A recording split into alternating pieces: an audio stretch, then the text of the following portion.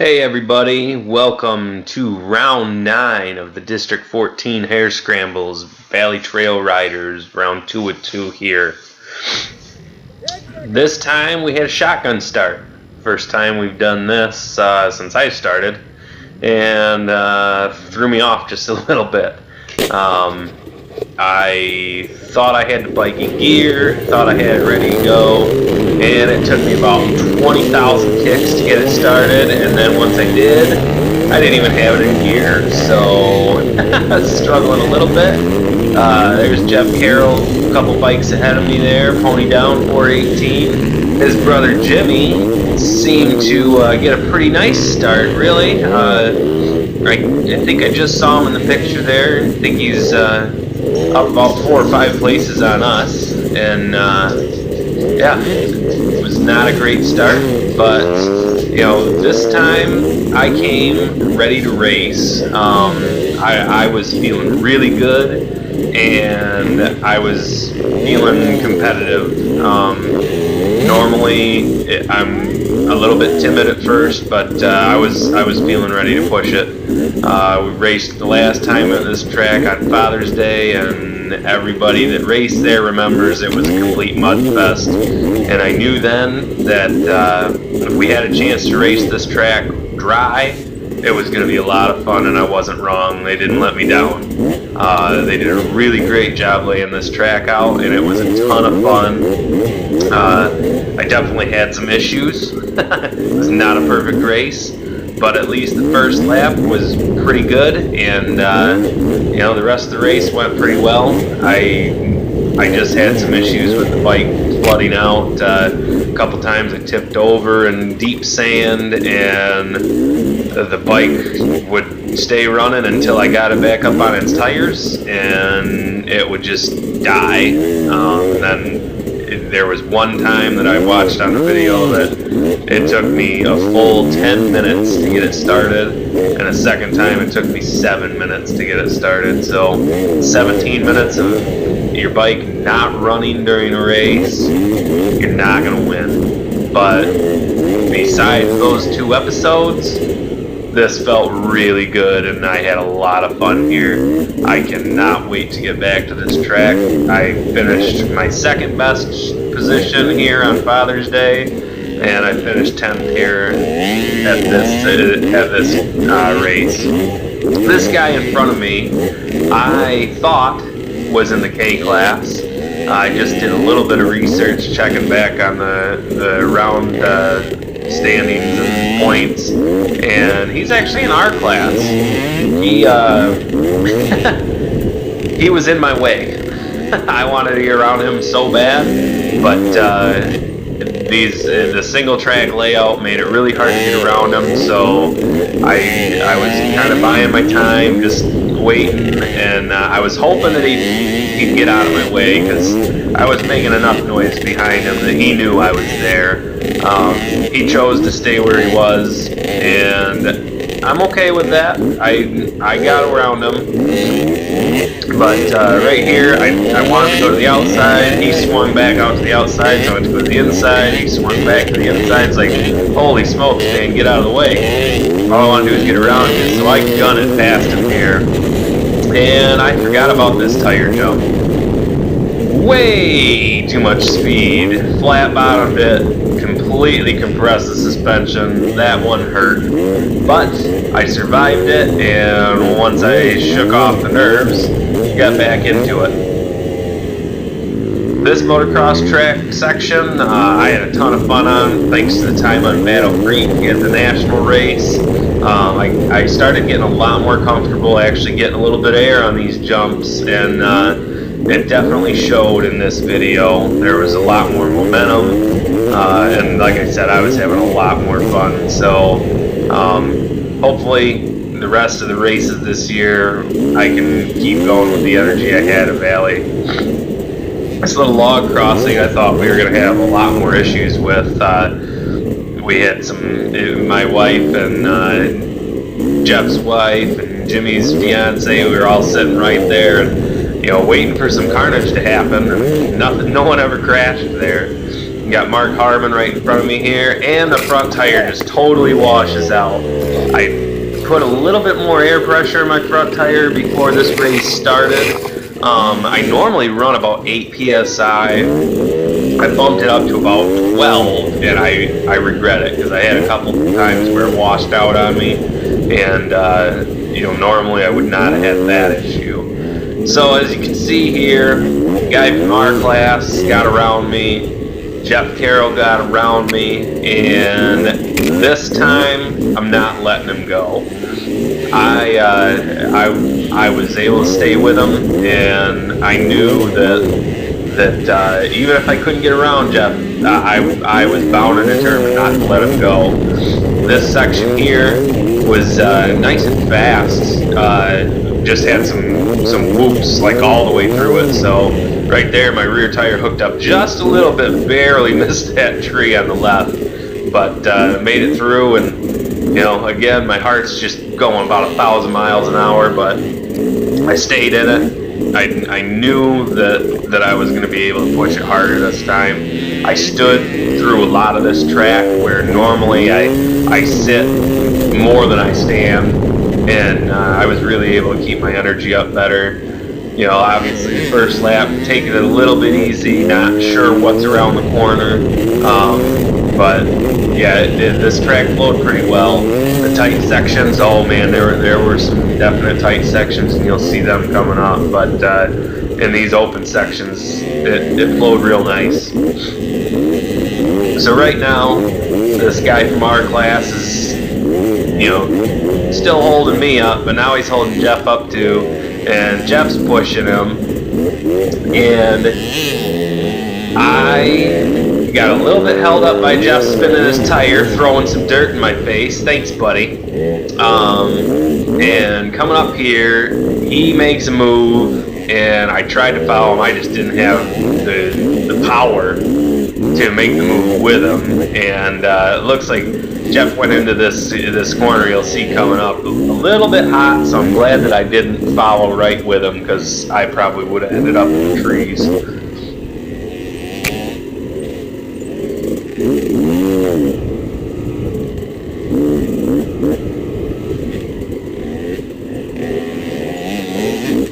I was surprised how early in this race there was just kind of carnage everywhere, right at the beginning there, and it wasn't just the K-class guys, it was quite a few R-class guys too, that, and maybe even some others, I'm not even sure, but, at the very beginning there we passed a lot of guys, and, everybody just seemed to be kind of sitting there, and I wasn't sure what was going on. And sometimes they're track workers, but yeah, this race I wasn't really sure. All I knew was I was flying past people that I normally shouldn't be.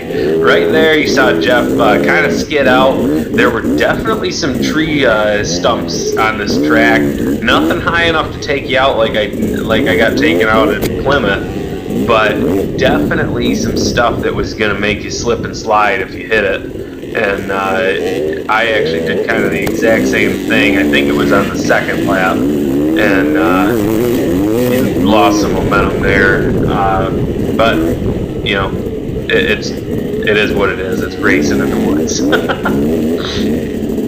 So the section I was thinking of, obviously we haven't come to yet.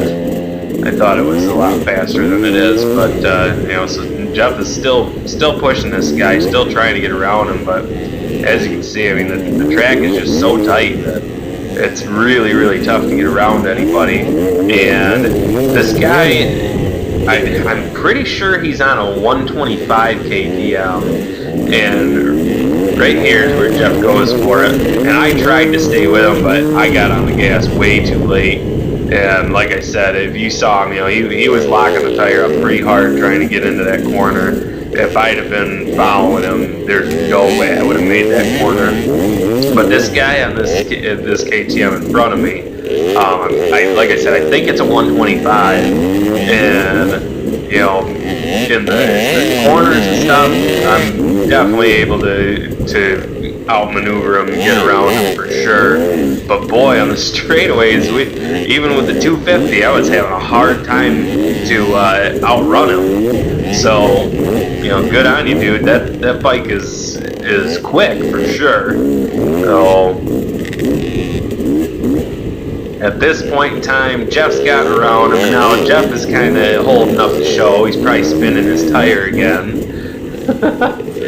But, so I'm looking for my way around this guy, and I will get it, but it takes me a little bit. Again, super tight, but, you know, just waiting, buying my time.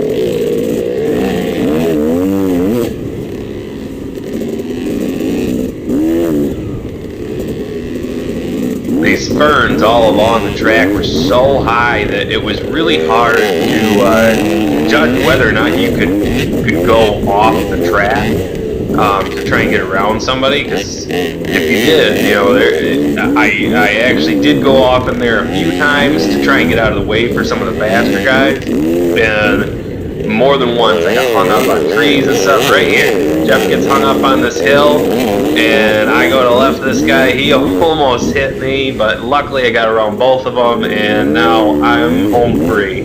So I get to get away from both of them and get some nice open track, and I get to start pulling away from these guys a little bit.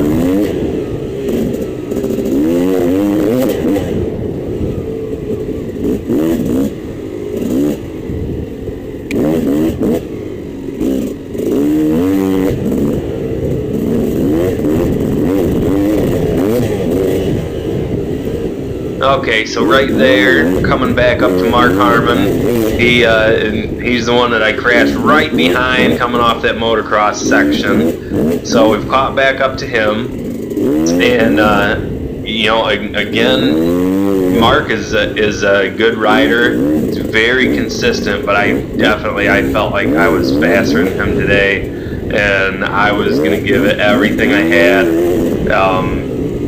Jeff had said before the race he was wearing his lucky German gloves, you know, at the Battle Creek Nationals. He got 5th place wearing those gloves, and so now those are his lucky gloves, and he made the comment that he was going to wear his lucky German gloves and see if he could get another 5th place. And so at least this whole first lap, I was telling myself, yeah, Jeff, let's see how lucky those German gloves are. I'm going to beat you so bad.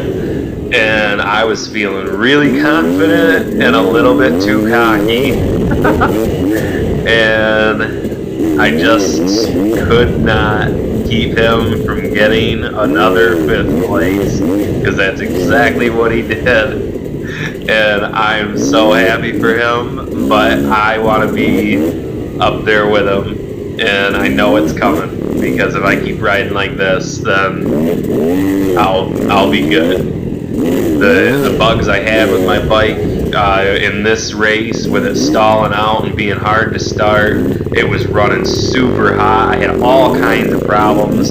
I think I've got it all straightened out. I found a ripped intake boot. So right there I got kicked off to the side by a tree stump. And then I got hung up on a bunch of down trees, and I could not get out of there. Mark gets back around me, and then this guy, I don't even know where he came from. I have not seen him on the track. I don't know where he was coming from, but there he was. And now I got another guy in front of me that I've never even seen before. So, anyway, back to the bike. I found the intake boot for the carburetor. I checked, I completely rebuilt the bike after the first Portland race this year, and at the time I noticed that boot was really kind of chapped up pretty bad, but I checked it out really good. I didn't see any light coming through it, and so I thought, okay, we're good, we got no issues. But in the Battle Creek race, I had a little bit of problems with it not wanting to start. And then this race, I had two times where it was a huge problem, and it was running super hot. during this race, my radiator cap is the only thing that I've got a temperature readout on, and that was reading 280 degrees. Well, even if it was a 4-stroke, 280 degrees is too hot, and this is a 2-stroke. I don't know how the bike continued to run, and I don't know how accurate that radiator cap thermometer is. I've had it on there for a couple years now. It may have started going bad. I've noticed in the garage since then that it's actually reading that it's running much, okay, right here, K-class, missed that turn. The arrows said go left. Everybody went straight. I followed the lemmings, and we missed this. Booster called it out in his video. He says, where'd all these K-class guys come from? I know I'm not riding the best I have, but, you know, all of a sudden all these K-class guys are from me. Right there is where we come in on the track, and we're right in the mix of all the R-class guys, and I'm going, wait a minute, where'd this guy from the left come from? Because I don't remember seeing any kind of a bypass or anything like that. So I was super confused myself, just like Booster was, and I know at this point Booster's somewhere right behind me, and I'm like, okay, well, whatever. I mean, I have no idea where these guys came from. I have no idea if I missed a turn somewhere, but we're in the mix with the R-class guys, and I'm not going to sit here and pull over after the ride I've had so far. I'm going to keep pushing hard. So that's exactly what I did. Right here, Mark kind of stalls out and bumped into that little sapling there. He, I think, might have thought I was one of the faster guys. He pulled over for me. Thanks, Mark. I'm going to scoot right past you. Keep going. So, in the meantime, I stay pretty competitive with the R-class guys here for a little bit, anyways. So, back to the bike. So, this intake boot, you know, it was all chapped up, but no air was coming through it. And during the Battle Creek race, it was giving me some fits. In this race, it was huge. So I checked it out, and oh, guess what? Now it's cracked all the way through in 2 places.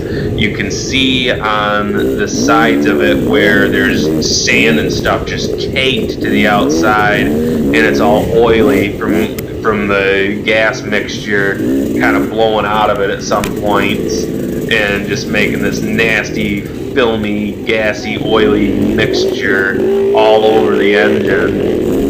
And I pulled it off, and the engine was full of, well, not full, but it had a pretty good coating of sand in the intake. So hopefully I didn't ride it too long like that. It was definitely during this race. I think I started to see it during the Battle Creek race, but I didn't even realize it. But I've got a new boot for it. Checked my jetting and everything. I completely cleaned and rebuilt the carburetor. The engine cylinder wall and the piston both miraculously look like they're still in good shape. I just rebuilt the top end on it like 11 hours ago, so, you know, if I don't have to rebuild it, I'm not even about to start. So, yeah, I think we got it dialed in. I did some hot laps and stuff for about 20 minutes earlier today, and it was running about 165, so I'd say that's pretty typical for my bike and the way that it usually runs. So this guy here, I can't remember his name, but during the last race at Valley in the Mud Fest, I got stuck right up to the number plates, and I was just kind of pulled off to the side of the track, or I was stuck in the middle of the track, and I said, I'm exhausted, I can't get the bike out. I just walked over to the side, sat down, and decided I was just going to wait there till the race was over and then trying to dig the bike out so I didn't get run over. And this guy in front of me came up and says, "Dude, let's get your bike out, let's go." I was like, okay, this is awesome. I wasn't expecting anybody to stop. And this guy said he was going to send me the bill in the pits. I never got my bill.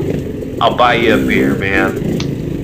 Just come find me. So, obviously, he's an R-Class guy, and I'm kind of all over him right now, and I was trying to not be too aggressive, because, he held me out. I'm a strong believer in karma, especially when it comes to racing, so I'm just going to lay back, and I'll give him some space. If he feels like getting out of my way, so be it. If not, I'm good. I'll wait for my turn. So right here, he decides, alright, I can hear you, I'll let you go. So I got past him, and thank you very much, because I got a little bit of a gap on everybody from there. So right here, as you can see, it's pretty tight, and it gets really kind of tore up throughout the race, but but mostly this track really held up nice, and again, the layout was a lot of fun. It had a pretty much just a lot like Battle Creek. It had a little bit of everything, and I really enjoyed it. So again, as usual, we're gonna go through the whole first lap, then we'll show the highlights of the extra laps. This track, because we skipped roughly about 3 minutes of the track where we came in front of or in the middle of the R-Class guys on the second lap. I'll point out where we went wrong, and you can see the difference in terrain.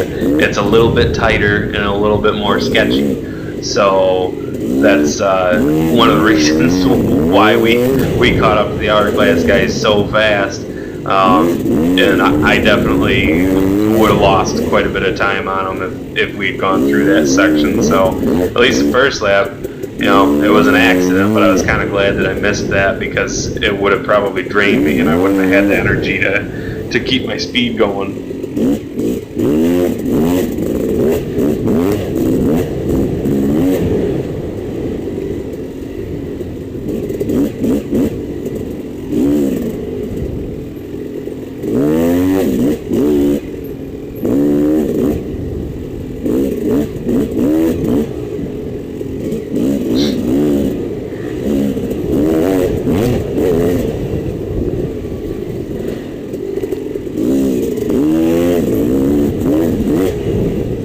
One thing that I learned from Battle Creek that, oh man, I hit another tree root there, or another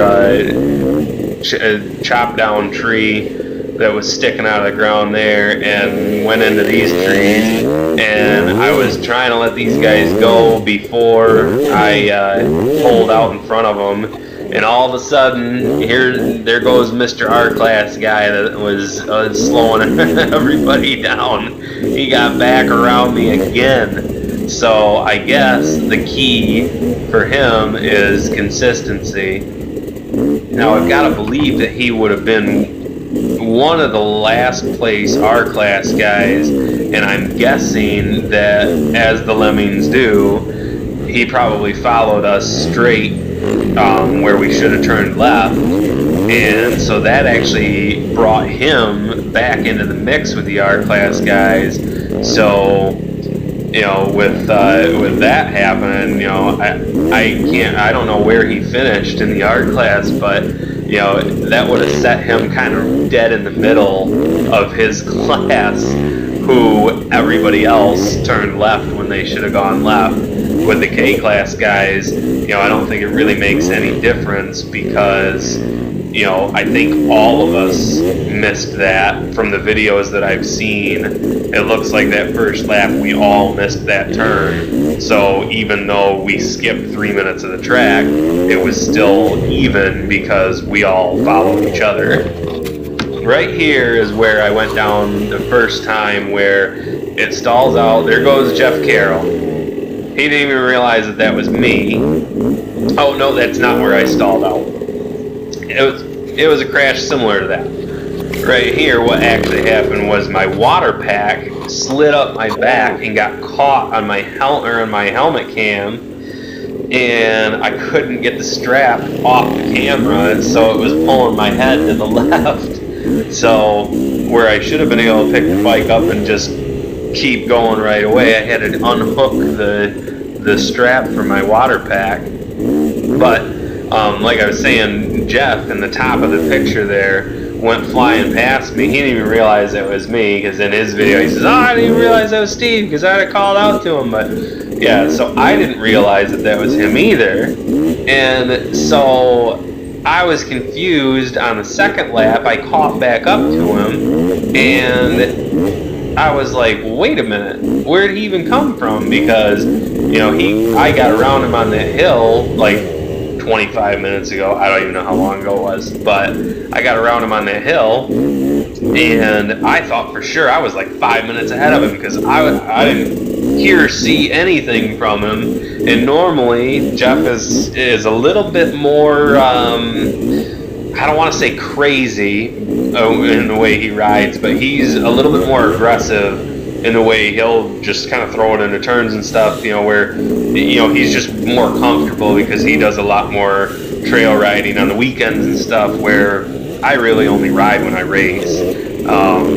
It's not the ideal situation, but with my family life and stuff, it's the only time I get to ride, and honestly, that's the reason that I race, is to give myself more time on the bike. So, I'm just out here having a good time, and if I can finish well in a race, then I'll be super, super excited, but it is what it is. So at this point, I don't even know that I'm chasing Jeff, but I am, and I'm just doing my best to try and keep the pace going that I had. Because, again, this track had some really deep sand sections, and when you go down, it will suck the life out of you trying to get your bike back up and or restarted. And that's the situation I was running into there. And, my wife and I had a talk before the race, and she says, just keep telling yourself you can do it, keep pushing, because at some points, it's true, it actually takes less energy to ride fast if you're still staying in control. So I had to keep telling myself, keep pushing, your heart rate will drop eventually, you start breathing normal, just take some slower breaths, calm yourself down and let yourself, relax a little bit. Everything's going to be good. And I was able to do a pretty good job in this race of just keeping myself calm. Even when I'd go down, I would try not to let it wear me out. And even when I was absolutely exhausted, just keep pushing hard. And I felt like I did a pretty good job on this race with doing that.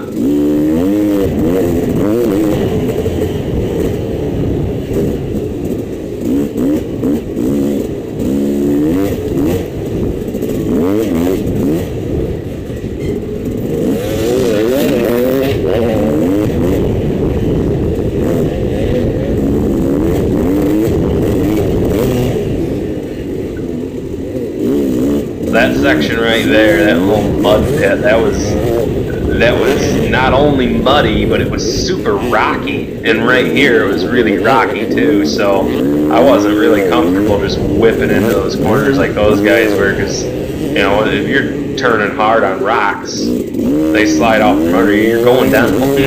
So I was trying to take it a little easy, and then this corner here is, I swear, it's like 10 feet of sand. I mean, it's so deep and thick and slow. You gotta keep your speed up, but then you're coming to the timing blocks too, so you're trying not to, go flying through there. And I struggled a little bit in that section right after on the third lap.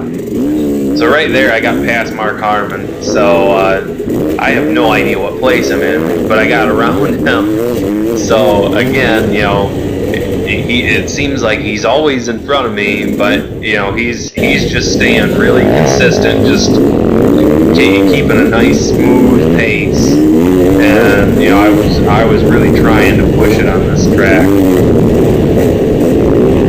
airing it out just a little bit more on these jumps.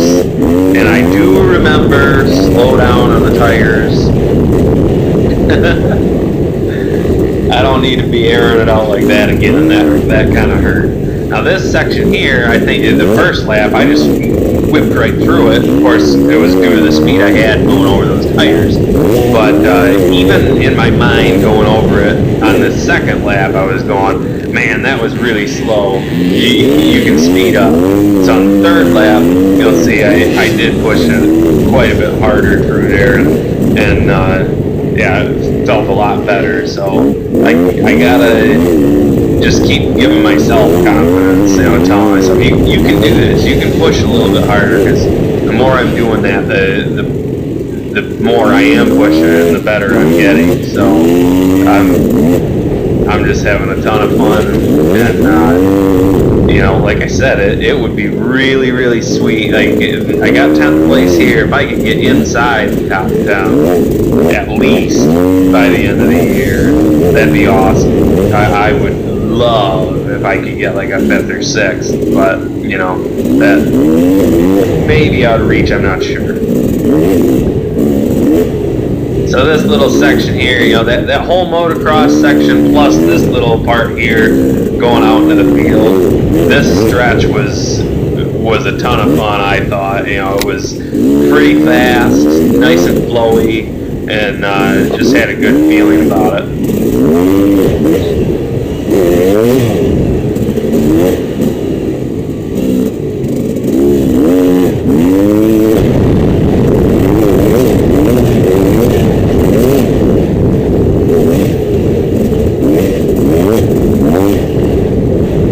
Catching a little air all the way through there.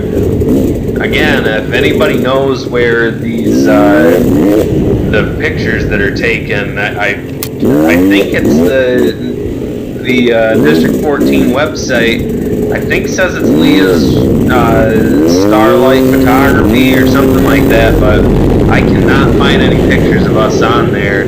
And I know I see the same person taking pictures every weekly race.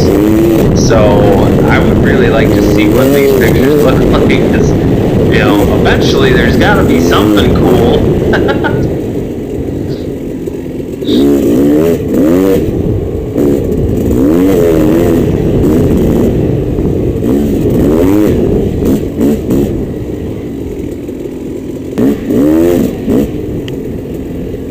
Oh, right there. There's Jeff. So I can see him, and I know that that's him, and I'm going, wait a minute. When did he get around me? Okay, well, it doesn't matter. He's in front of me, and I got to catch him.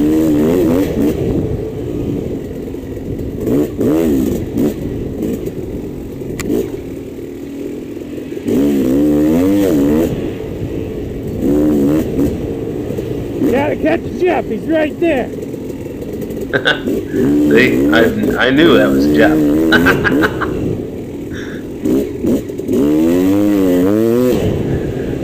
So obviously, you know, when you see people that you know you're capable of running with, you're gonna push a little bit harder. And I tried so hard to catch him, and you know, we start coming up to some tighter sections here where there's some down trees and there's some roots and stuff sticking out of the ground. And right here, I hit that same tree stump that Jeff hit on the first lap in front of me, and it kicked me off to the right just like it did to him. And you know, I was thinking, oh man, I gotta just keep pushing. I can still catch him. Well, the camera, you can't see him, but you can still, or I can still see him just barely off in the distance. and every once in a while you'll catch just a glimpse of him on the camera. So I knew that at this point I couldn't be more than probably 20 seconds behind him. And, you know, to be totally honest, 20 seconds is kind of nothing. As much time as I usually lose for crashing or stalling out, you know, 20 seconds, hopefully I can make that up quick. So that's all I keep telling myself, is you just keep pushing and you're gonna catch it. This guy, I'm not sure how he got over there. He must have, I don't know how he got there, but he was stuck in there. And he actually ends up, he must have got out of there pretty quick, because he catches me fairly quickly after this. Now the first lap, I went way too hot coming up to that guy and almost missed the turn, so I took it a little bit more easy there. I probably should have pushed a little harder.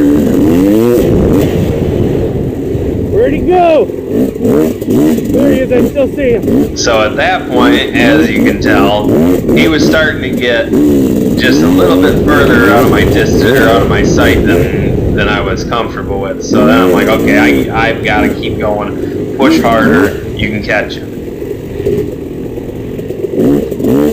Well, here come the trees and the roots.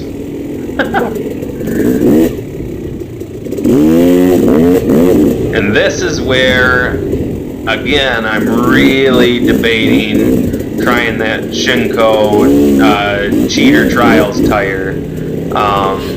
Because everything I've read says, oh, on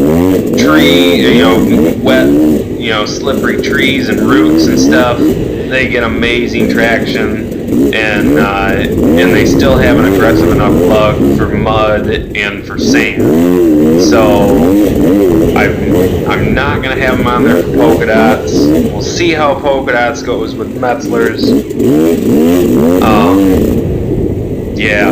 At least. Oh, I don't know. I'm debating because I was having right here, same hill Jeff got hung up on the first lap. I do the almost exact same thing. Tried to fight it. I ended up having to step off the bike and walk up the hill, get back on. Took a ton of energy just trying to keep the bike from not falling over. Wah, cry face. Jeff's getting away. I didn't know it at this point, but I would not see him again until the race was over. Now right here is, I believe, the bridge that Booster went out on. I think. We'll know in a second here coming up.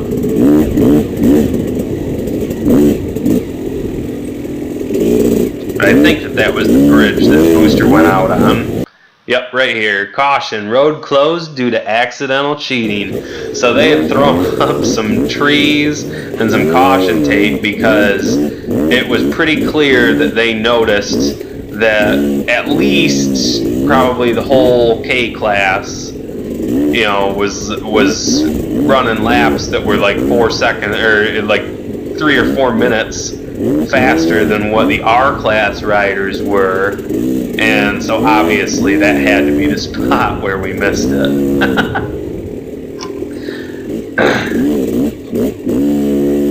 So, like I said, we're gonna run through this section of the track. This gets really tight and technical. Bars banging trees on both sides in multiple areas.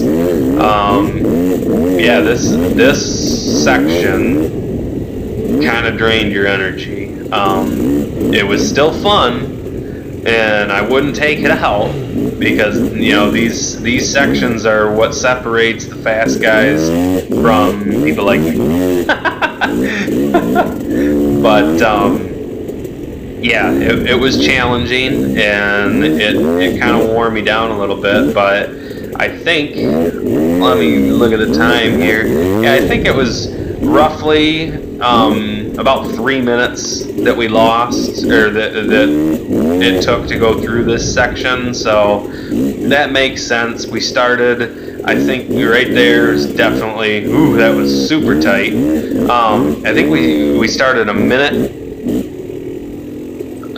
I think it was a minute between classes. Maybe it was only 30 seconds. I can't remember. But that would make sense as to why we ended up right in the middle of the R class guys, because there was there was no other way that made sense. So just taking a few snippets out of there where I pulled over and let some faster guys through, but still picking up in the same spot where I pulled over, so you guys don't have to watch the boring part of me sitting there looking.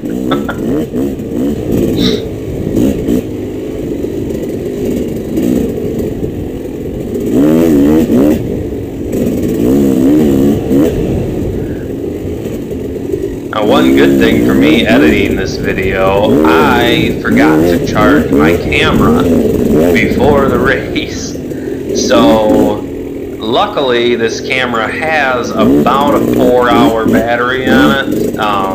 It's the Viho Movie K2.